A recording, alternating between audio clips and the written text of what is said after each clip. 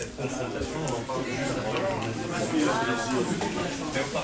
Dans le débat, je vous ferai signe de toute façon. Si je vous fais ça, ça veut dire qu'il faut abréger, et ça veut dire qu'on va passer à la queue.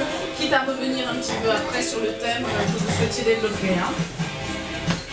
Bleu Poitou, nous sommes en direct de la brasserie de l'Hôtel de Ville à Châtellerault pour ce débat d'entre-deux tours dans la 4e circonscription. Je vais gagner 9 points par rapport à Sarkozy. Donc je peux dire aussi que c'est un bon résultat. Il a été parfois meilleur, c'est clair, mais aujourd'hui rien n'est joué et je considère que la partie est totalement ouverte et je fais tout pour que la gagne.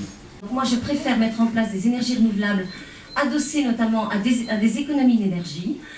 Il faudrait qu'on fasse vraiment de gros efforts là-dessus et ça vous le partagez, j'en suis très contente. Et à ce moment-là, vous verrez que ces énergies renouvelables auront un prix tout à fait abordable parce que nous prônons notamment que les premiers kilowattheures ne sont pas chers et que plus vous en consommez, plus vous le payez cher et ça mettra enfin fin au gaspillage. Député maire, ça permet d'être beaucoup plus réactif. Et ça permet d'être député, ça permet pour le maire d'avoir des aides conséquentes. Vous avez vu les nombres d'aides qu'on a pu obtenir pour tous les projets. Ça ne parle pas que c'est 15 millions d'euros. Nous ne voulons pas de cumul de mandats. Moi, en tout cas, je m'engage à ne briguer qu'un seul mandat et en plus dans la durée aussi, c'est-à-dire 10 ans maximum.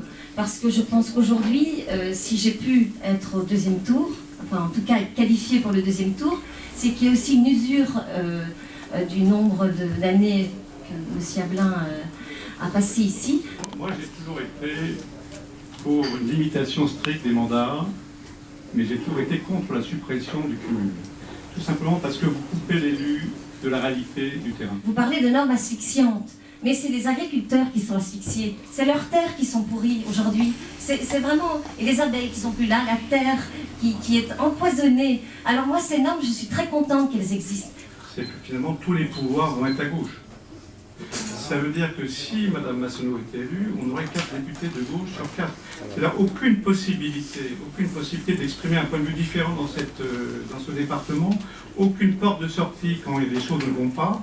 Et ça me paraît essentiel de préserver cette possibilité. On dit, on ne met pas tous ses œufs dans le même panier. Eh bien, vous avez l'occasion, en votant pour moi, de ne pas mettre tous les œufs dans le même panier. Moi, je serai une députée à plein temps, je l'ai dit, qui défendra un projet tout à fait innovant, très différent de celui de M. Ablin.